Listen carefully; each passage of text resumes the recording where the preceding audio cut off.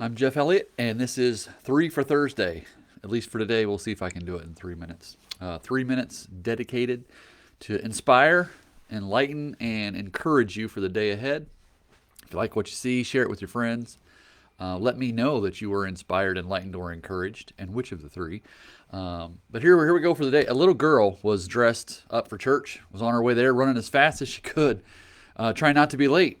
And as she runs, she's praying, "Dear Lord, please don't let me be late. Don't let me be late. Don't be late." And as she's running and praying, she trips on a curb and falls and gets her clothes dirty and tears her dress. And so she gets up and brushes herself off, and she starts running again and starts to pray again.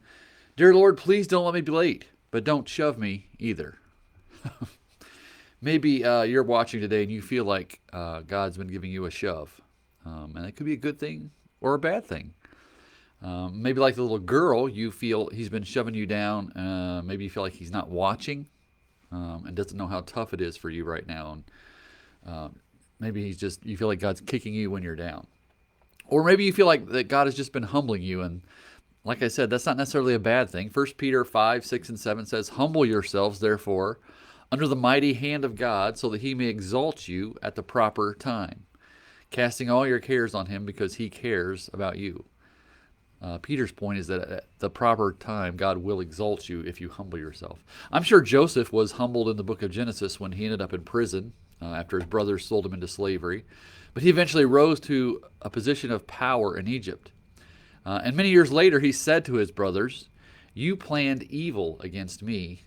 God planned it for good to bring about the present result, the survival of many people." And that's in Genesis chapter 50, verse 20. Maybe you feel that God is humbling you and shoving you, and he's really leading you towards something good. Maybe it's a little scary, a little out of your element, but maybe he needs you to move somewhere else mentally or spiritually or even physically so that God can do in your life what he needs to do and accomplish what he has planned. So don't accept uncomfortability, which I don't think is a word, or a shove from God as necessarily a trial or a judgment. It just might be a shove in the right direction. As I close today, today is November 11th, Veterans Day. It occurs on the 11th of November, the 11th hour of the 11th day of the 11th month, in 1918 signaled the end of World War I. So today we want to close by saying thank you to our veterans. And if you're a veteran and you're watching, let it be known that we appreciate you. And if you're not, may God bless you today anyway.